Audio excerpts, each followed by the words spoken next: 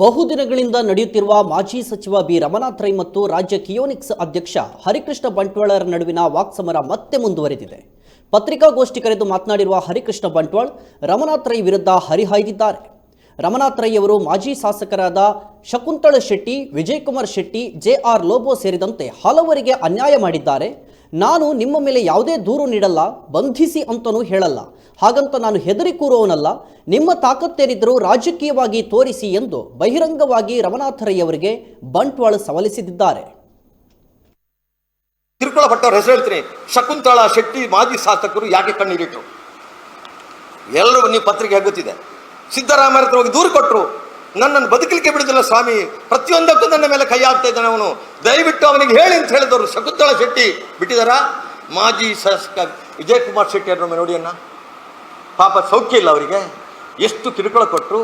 ಇದೇ ಕಾಂಗ್ರೆಸ್ ಆಫೀಸ್ನಲ್ಲಿ ರಮಾನಾಥ್ ರೈ ತನ್ನ ಚೇಲಗಳಿಂದ ಅವ್ರಿಗೆ ಬಯಸಿದ್ರಲ್ಲಿ, ನೀನಾಕೆ ಇಲ್ಲಿ ಬಂದಿದ್ದಿ, ಹೋಗಿ ನಡಿ ಅಂತ ಹೇಳಿರ್ತಾರೆ. ಎಂತ ಹೇಗಾಗಿರ್ಬೇಕು ಹೇಳಿ ವಿಜಯಕುಮಾರ್ ಶೆಟ್ಟಿಗೆ. ಆಗ ನಿಮಗೆ ಈ ಎಂಟಿಗೆ ಗೊತ್ತಾಗ್ಲಿಲ್ವಾ ನಿಮ್ಮದು ಸಮುದಾಯದ್ದು? ನಮ್ಮ ಕಳ್ಳಿಗೆದಾರನ ಶೆಟ್ಟಿ ನನ್ನ ದೋಸ್ತಿ, ಮೂಡ ಚೇರ್ಮನ್ಗೆ ಅವಕಾಶ ಇತ್ತು. ರಮಾನಾಥ್ ರೈ ಅವನು ಜನಾರ್ದನ್ ಪೂಜಾರಿಯ ಜನ ಅವನಿಗೆ ಕೊಡಬಾರದಂತ ಕೋಡಿಚಲ್ ಇಬ್ರಾಹಿಂ ಕೊಟ್ಟರು ಇದೇ ರಮಾನಾಥ್ ರೈ.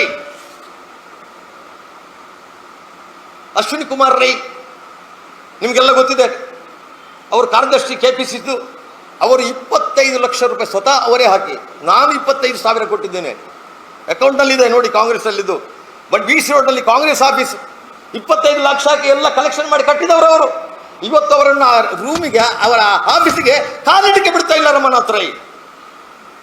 ಯಾವ NDA ಬಗ್ಗೆ ಮಾತಾಡ್ತೀರಾ ನೀವು? ಯಾವ NDA ಬಗ್ಗೆ ಮಾತಾಡ್ತೀರಿ? ಇನ್ನು ಸದಾನಂದ ಪೂಂಜರು ಪಾಪ ಸೌಖ್ಯ ಎಲ್ಲ ನೋಡಿ.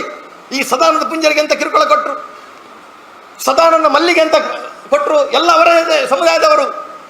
ರಾಕೇಶ್ ಮಲ್ಲಿಗೆ ಎಷ್ಟು ಕೊಟ್ಟರು? ಬೇಡ, ಇಲ್ಲಿಯ J.R. ಲೋಬೋ ಬರ್ತಾ ಹೋಗಿ ಕೇಳಿ ಎಂತ ಮಾಡಿ ರಮಾನಾಥ್ ರೈ ಏನು ಶಿಕ್ಷೆ ಕೊಡೋದು. J.R. ಲೋಬೋ ಬರ್ತಾ ಹೋಗಿ ಕೇಳಿ, ಸ್ವಾಮಿ ರಮಾನಾಥ್ ರೈ ಅವರೇ, ನೀವು ಇದೆಲ್ಲ ಆಗೋದಿಲ್ಲ. ಇದು 21ನೇ ಶತಮಾನ, ಪ್ರತಿಯೊಬ್ಬನ ಕೈಯಲ್ಲಿ ಸಾಮಾಜಿಕ ಜಾಲತಾಣ ಇದೆ, ಎಲ್ಲವೂ ಇದೆ ಇದರಲ್ಲಿ. ಈ ಆಟ ನಡೆಯುವುದಿಲ್ಲ. ಮುಂದಿನ ನಿಮ್ಮದಕ್ಕೆ ನನ್ನದು ನಿಮಗೆ ಸವಾಲು.